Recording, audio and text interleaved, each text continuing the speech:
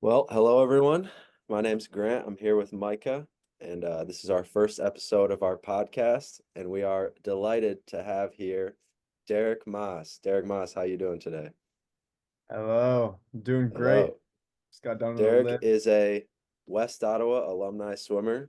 He is a former Alabama swimmer, and he just finished up his fifth year of swimming at New York University. He's got a lot of accomplishments, so we're going to go down the list. He is a six-time Division One high school state champion, three-time individual, two-time SEC champion, 100 and 200 breast, eight-time medalist, three-time NCAA D1 first team All-American, and seven-time Division Three first team All-American, along with being a three-time champion recently. And also the Elite 90 Award winner, which is the award for the highest GPA of all swim and dive, earned that in 2023. Um, but yeah, so Derek, you're coming off of a pretty huge meet, Division Three Nationals, and you're now a three-time NCAA champion. Just walk us through that meet. Tell us how it feels. Has it really set in yet? Yeah, that was an incredible meet. I think I went there for 2021 NCAAs for Division One. The atmosphere during COVID wasn't nearly the same because there weren't any fans in the stands, so it was awesome to have that this year. And I think from a personal standpoint, I had some great races. Was a best time in the 50 free relay split. So to be able to come out of the meet with at least one best time is always a great feeling. Was right on the best time in the 200 IM. And then from a team standpoint, it was our highest finish in history for both the women and the Oh, men. Men, we snuck into fourth place, got that trophy. It was a battle between fourth and fifth for like the last 2 days. So I was just really happy for the guys because, as swimmers, we work hard every single day. So when you see it pay off, it's an incredible feeling. It doesn't always happen like that. oh And then the yeah. women's team got third. And overall, I'm just very, very grateful for the opportunity, um, and grateful to have turned out as well as it did. Yeah. Yeah, what were a couple different things like during the meet that just kind of pushed you to really just help this team get to that fourth place on the men's side? Yeah, a couple turning points. Um, I think we had a great showing in the 200 freestyle relay. Yeah. Basically, all the teams that were in that top team battle had a relay in the A final of that race. And it ended up coming down to, I think, maybe like 12 100ths of a second separating second place and sixth place. I might be Wow. a little bit off with that, but we got second. And so it was 34 points versus if we would have gotten six, that would have been 24 points, or 26 points, something like that. And I think that was a big turning point, just that tiny little bit making a huge difference. Yeah, and I know you swam a couple different events than you would have swam if you were at Bama for your final year. How was it different, and how was it similar to swimming those different events at D3 Nationals with a different team? Yeah, honestly, Um, I really enjoyed being able to switch it up a little bit. I know my individual lineup ended up being the exact same, but I think my races through the year were there was a lot more variation with the event lineup. I had 100 backstroke, 200 backstroke at a conference meet, which was pretty crazy for me. Like I never would have done that at SECs. And it ended Yeah. up going pretty well. I think the training shifted a little bit of focus towards backstroke and butterfly. Part of that being I was lighter through the year, um, going from like 215 pounds, which was probably a lot better for breaststroke, to more like 200 pounds, which maybe is a little bit better for the other three strokes. Um, but no, I think being a versatile athlete and swimming, butterfly, backstroke, freestyle, whatever the team needed was just a great feeling. I was happy to help in any way that I could, honestly. Yeah. Yeah, that's So great. yeah, just walk. I want to ask you about the training throughout the year because I don't think a lot of people know actually what your training situation was compared to what it is before. And I think just walk us through the training of the year because yeah, I don't think people Yeah. knew that. Yeah, so starting out, I started in med school in July. Wanted to take it seriously from the beginning, and I wasn't working out a ton right when we started. And then the swim team started training in August. That was only captain's practices because of D3 regulations. And I actually had an injury in September that kept me out of the water for a little while. But when I did get back in, I was essentially going from 7:15 to 8:30 in the water every day, and I would lift most of the time on my own, sometimes with the team, because it was hard for me to get back to campus middle of the day, but I could lift in my apartment building at like 9 p.m. Um, and that was really whenever I had time, so probably around 2 times a week. And then I tried to mix in some doubles, um, but really the essence of my training was a huge variation this year. I swam 2 days a week with the middle distance group on Monday, Wednesday, I think. I swam 1 day per week with the distance group, which was a first for me. Some of those practices were killer. And then the rest of the time I was with the sprint group, Mm. which is a little bit more sprint than I had done in the past. But I think for my schedule, it worked really well. And then in the weight room, honestly, I tried to just keep as much muscle as I could. I think as we went through the year, because I wasn't lifting quite as much, the amount of weight that I could lift steadily went down. Mhm. And really that's a reflection of the situation, probably more so on me than anybody else. Um, but honestly, despite the circumstances, I think all in all, it was a successful season. Yeah, I think it just makes it like that much more impressive, given that you're essentially coming from half of the training this year and to still be able to produce best time in the 200 back, like all these amazing swims at nationals and still be able to have a good taper. I think that just makes it that just makes it that much more impressive. And segueing off of that, how has the life been after the season? How has it been now that you're not training anymore? Yeah, it's always weird for me taking time off. So like I took a week off after NCAAs. I was like, wow, there's so much free time in the day. You guys probably know that now, like without school and without swimming, you can just basically have so much more time to do whatever you want, for better, for worse.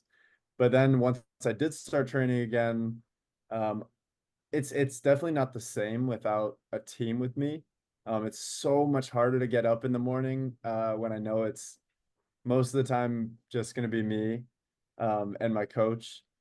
But still definitely grateful for the opportunity to compete. One more major competition at trials in about a month and a half. So I'm just like trying to stay motivated for this last month and a half. I think if I had maybe a year or two left to swim, it would be a different story. But I know that my time is limited right now. Yeah. Yeah, and kind of just bridging off of how's your life been after the season. What does your swim career look like now that you're gonna graduate and we won't see you in the NCAA scene anymore? Yeah, I talked a little bit about this on the Anchor Leg podcast. I talked with texted Liam Bell one time, and I was like, we gotta just keep lifting. And then 4 years later, try to start swimming again and try to get a trials cut and swim at 28 trials. Um, so probably won't be in the water a ton, but I'll definitely try to keep some muscle on, stay in the weight room like 3 or 4 times a week. I've talked about other forms of exercise, and without swimming, I think it'll be really interesting. I don't know if I want to be a runner, but that's potentially an option. A lot of people do cycling classes. I think it'll Yeah. just be about finding fun ways to stay in shape because that's the ultimate goal. Yeah, and you Yeah. mentioned Liam Bell. I know he went absolutely crazy at NCAA's and broke that 100 breast record. What was your reaction when he went 49.5? And did you watch it live or did you see it afterwards? And what were your thoughts on it? Yeah, I actually essentially watched it live. I like just looked up the YouTube video basically a minute after he swam. And it was already up there, which was nice, but absolutely incredible. I think that 49 has been kind of a long time coming for him. Just especially knowing what he was able to do in the weight room this past summer. And I think he set up the season so well. He was able to train through mid-season, train through conference, essentially easily qualifying for NCAAs. And then once he hit that full taper, he was able to, maintain the strength that he had from this Yeah. past summer, without the 40 pounds of extra mass on him. And you could tell he just flew. It was awesome to watch. So, given that you were at limited capacity this year throughout the whole year, what do you think were some of the key factors to your success this year? Yeah, definitely having the structure of a swim team with me. I would not have been able to do it without, my coaches putting together a training plan, and everybody else on deck, like, 15 minutes before practice every single day. I think it not only held me accountable, but also served as that spark. In practice, you're always looking for somebody to race. And I think it makes a huge difference when I have somebody that can chase after, instead of like just swimming out there by myself or even fending off people. If you get what I'm Mm. saying. Yeah, Like, yeah, back in our days, West Ottawa, yeah, some of those practices when you and Kevin were training, you used to go back and forth. And I think that was huge for the two of you. But it's just like that every single day when I can find a race, it makes a huge difference. yeah. There was guys around you, just everyone motivating each other. And segueing off that, academically, how do you think, what do you think some of have been your keys to success this year? Honestly, most people think of swimming as something that sort of detracts from academics, makes it harder to succeed in the classroom. But I've always kind of looked at the two facets of my life as supporting each other. I think that swimming has great effects on cognition, especially long term. But it also keeps you healthy, especially mentally, which helps in the classroom more than physical health. And then as far as academics helping swimming, I think being able to look at research, especially when it comes to supplements, recovery, training styles, has been a huge factor in my success over the years in the pool.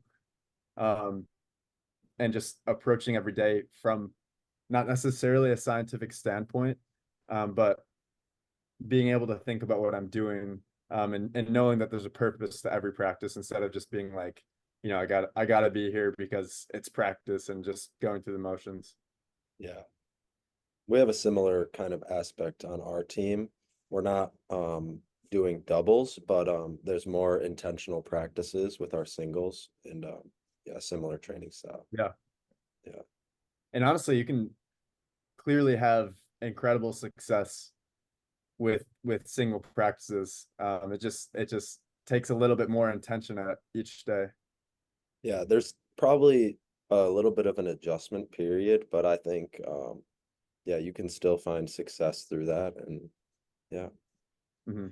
And Yeah. clearly you've done so. Yeah, thank Yeah, you.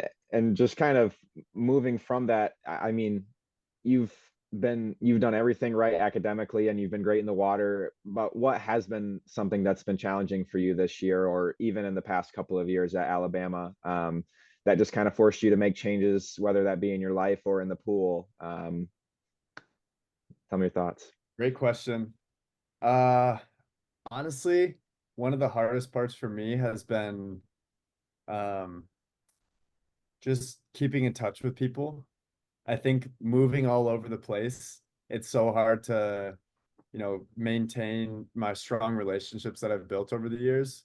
So that's been a big emphasis of mine is just like reaching out to people that I've known for my whole life because I think it's important to have that support system. And it's also just great for, mental health overall. So I love when Grant will message me something on Snapchat, whatever it's about, like especially in the swimming sphere.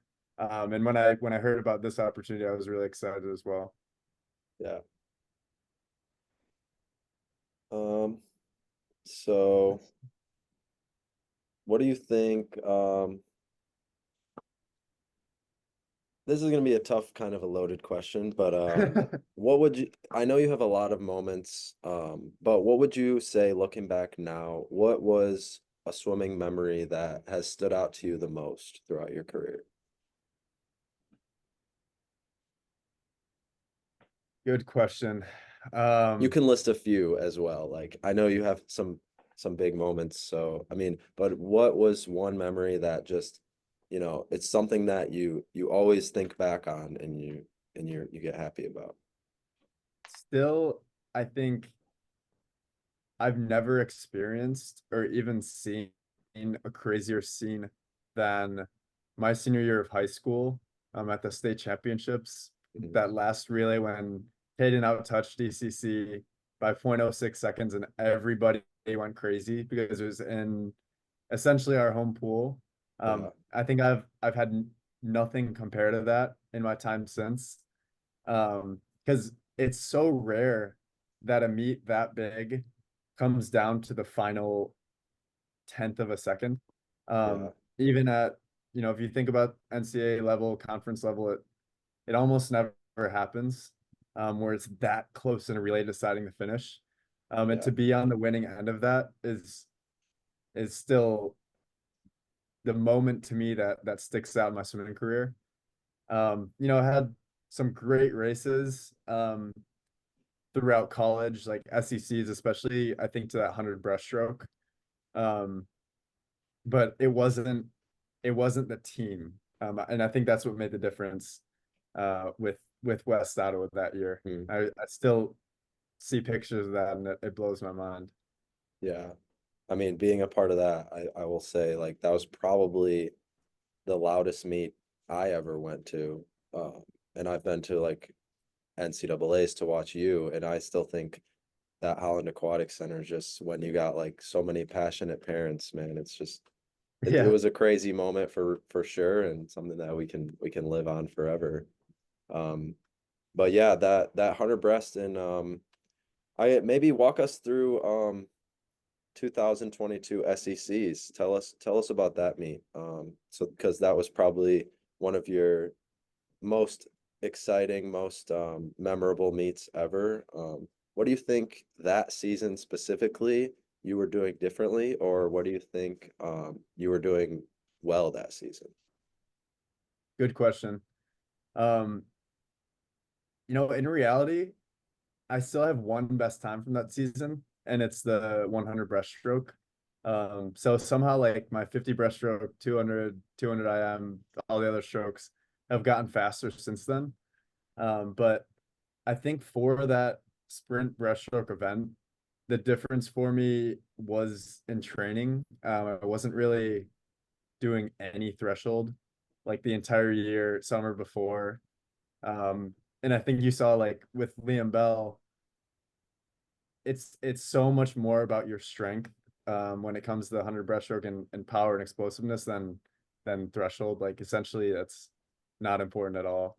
You might have Yeah, seen it on the last 50 for the 200 breaststroke. Um, maybe, yeah, probably not as much threshold for Liam at Cal than maybe he's done in the past. But it was the same thing for me in 2022. A lot of my practices we would do like 475s descend 2 times through, but that last 75 descend would be completely all out. Mhm. And that would be my takeaway from practice. We would do a lot of 50s fast, off the blocks, but we wouldn't do a ton of like 200s on 220, which probably is a little bit more important when it comes to long course swimming. So I have been doing a little bit more of that lately. But for that 50.7 to 100 breaststroke, it probably wouldn't be very helpful. Yeah. So walk us through what the transition was when you went from Alabama to NYU, because it's obviously a massive like area change. You're going from a nice hot area to New York. Just walk me through like the main things that are different or things that you kept the same, things you were able to adapt with or yeah.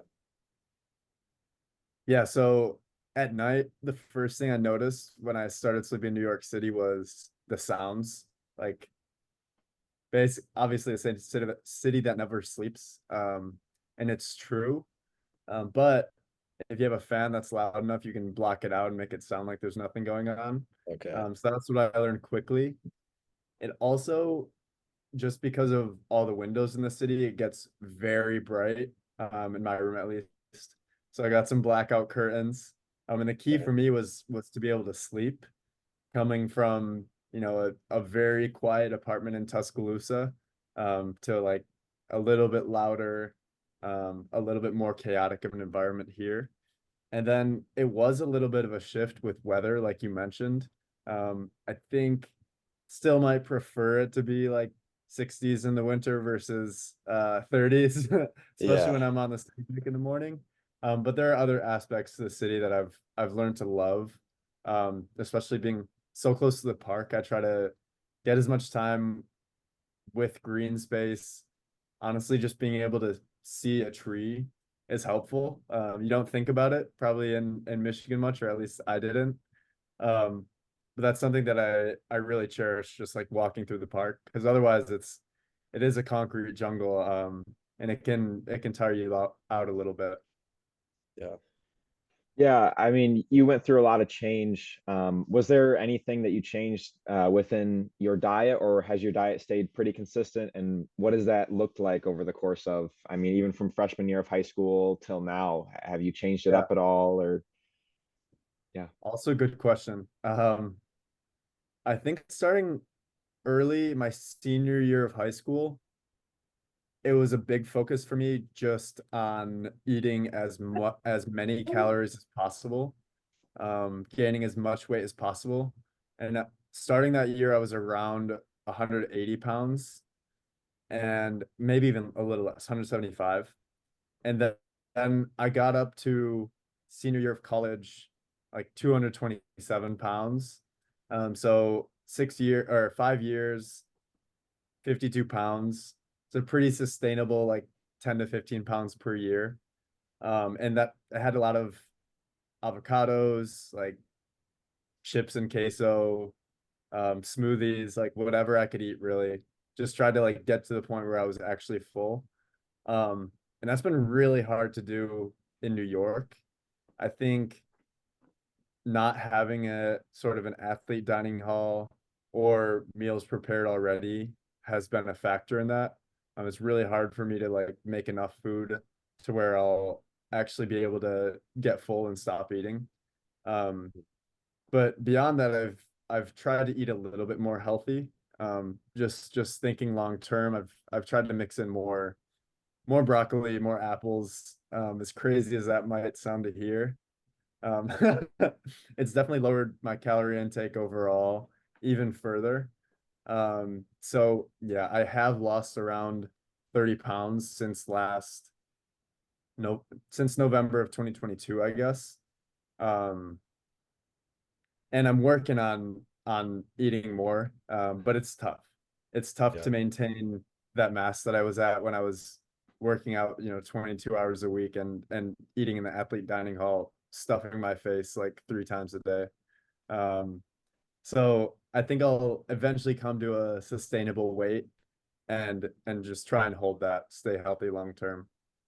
Yeah. And you mentioned like weight a lot, I notice, and I think you probably have a belief in correlation with weight and performance and stuff. And I just want to ask you, what were some of the people that like you looked up to in swimming? Say maybe you got the weight correlation from someone. Like just who are some of your role models that you've looked up to over the years and maybe adapted practices from? Yeah. I guess weight, a lot of it comes from watching, especially the long course 100 breaststrokers. Very heavy overall compared to other strokes. So like that's kind of how I got the original idea. Adam Peaty, Martinengi, especially those two, just very heavy dudes. You wouldn't really see them in a 200 freestyle. But I think there's one race that sort of opened my eyes to why weight is so important in short course breaststroke, especially. Um, and that was watching Reese Whitley and Daniel Roy at Pac-12s in the 200 breast. I don't know, it must have been like 2021 or 2020, but it's the craziest race because what I noticed is that they both dive in off the blocks and enter at the exact same point in the water, the exact same time. So like their verts were essentially identical. But as soon as they entered the water, Reese Whitley shot ahead. And to me, I think that's a consequence of him being 100 pounds heavier than Daniel Roy. I don't think it was something to do with drag. I don't think there was anything off with Daniel's ankle position. But that just kind of showed me how important it is to hold that momentum off the blocks, especially going into the pullout in short course breaststroke. Um, and after watching that race, I sort of talked it up, and I could notice every 10 pounds I gained, um, especially in 50 breaststroke, just got faster and faster and faster. And honestly, I never saw a point where I was gaining weight and getting slower. So I don't think I was ever able to reach like that ideal um power output and mass in the water. But that's okay. That's okay with me. I don't think I would have wanted to be 260 pounds and had those long-term effects on health. Yeah, that's Yeah. that's great input about just weight and individual strokes. Kind of not really building off of it, but like competitiveness wise, I know swimming can be a really individual sport. I know a lot of even some of our teammates are very even just at a random meet, it's hard for them to find competition or competitiveness inside themselves. How did you how do you go about just staying competitive when it comes into in practices or even in just some dull meets? Yeah. Um, I think a lot of it has to do with always being able to race the clock. I know I mentioned that having teammates there is incredibly important. It is. But when you don't, and you're not always going to have somebody directly next to you to race, it's important to be able to place the emphasis on time. And you're essentially racing so many different versions of yourself. So when I don't have someone else to race, I think of like what I've done in the past, not only with that time on the board, but also with, okay, I remember how many strokes I took. I remember how many underwaters I took in this race. What's my DPS like? How far am I getting off on my pullout? Am I popping up beyond 15 meters or right at the mark? And so I think I'm always comparing myself to somebody, whether it's the person next to me or myself in the past. Yeah. Well, we don't want to take up too much of your time. We actually have less than a minute left on the recording, but thank you so much for joining us, Derek. We really appreciate the conversation and congratulations again on an amazing season. And best of luck in the next couple months. We'll be watching you at trials. We'll be paying attention. Um, and yeah, Awesome. Well, thanks guys so much. I've really enjoyed it today, and if there's anything I can do to help take it off the ground, let me know. all right. Yeah, thanks.